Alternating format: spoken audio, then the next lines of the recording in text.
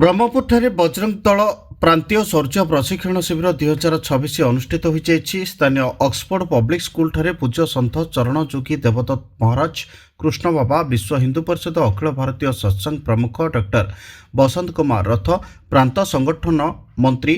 ଶରତ କୁମାର ପ୍ରଧାନ, ପ୍ରାନ୍ତ ସହ ସମ୍ପାଦକ ତଥା ବର୍ଗ ଅଧିକାରୀ ଡକ୍ଟର ଅରୁଣ ପ୍ରସାଦ ପାଢ଼ୀ, ଉମାଶଙ୍କର ଆଚାର୍ଯ୍ୟ, ବଜରଙ୍ଗ ଦଳ ପ୍ରାନ୍ତ ସଂଯୋଜକ प्रभात भूषण त्रिपाठी, सर्वव्यवस्था प्रमुख तथा ओडिशा बजरंग दल प्रांत सह संयोजक इंजीनियर राजीव नेत्र खाड़ंगा, ऑक्सफोर्ड पब्लिक स्कूल प्रतिष्ठाता तथा विश्व हिंदू परिषद प्रांत अधिकारी इंजीनियर अशोक कुमार पाल प्रमुखों उपस्थित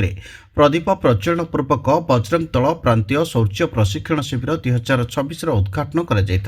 उक्त शिविर में ओडिशा पूर्व प्रांतर 21 जिलूर शताधिक बजरंग दलर कार्यकर्ता माने जोग देइथिले। एही प्रशिक्षण शिविर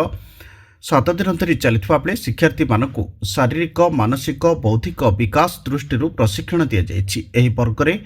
वर्ग प्रमुख डॉक्टर अरुण प्रसाद पाढ़ी, मुख्य शिक्षक असित कुमार स्वाई, बौद्धिक प्रमुख श्यामसुंदर साहू संचालन करने सहित सर्वव्यवस्था प्रमुख इंजीनियर राजीव नेत्र खाड़ंगा, जिला संपादक जी श्रीनिवास आचार्य, जिला संयोजक अजय बेहरा, विश्व हिंदू परिषद प्रांत कार्यकारिणी सदस्य रमाकांत रथ, महानगर सभापति उमाशंकर पात्र, महानगर उपसभापति सूर्यनारायण चौधरी, जिला सामाजिक समरसता प्रमुख डॉक्टर रविनारायण बेहरा प्रमुख वर्गर व्यवस्थापक संभाली। 11 मे अपराह्न शिविर उद्यापन समारोह में 7 दिन समस्त शिक्षणीय विषय को नहीं लिखित और मौखिक परीक्षा शारीरिक प्रदर्शन कर विश्व हिंदू परिषद केंद्रीय सह संगठन मंत्री विनायक राव देशपांडे बौद्धिक माध्यम समापन कर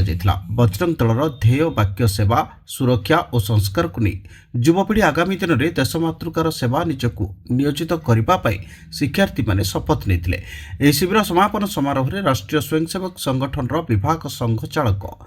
डॉक्टर भगवान त्रिपाठी, गंजाम जिला संघचालक डॉक्टर प्रशांत कुमार पति, ब्रह्मपुर नगर संचालक संतोष कुमार साहू, ब्रह्मपुर महानगर कार्यवाह सुरेश कुमार बिशोई,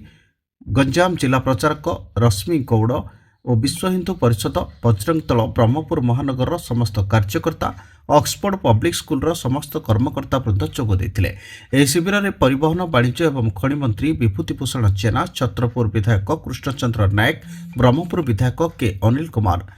बहु मान्यगण्य व्यक्ति जोग देते।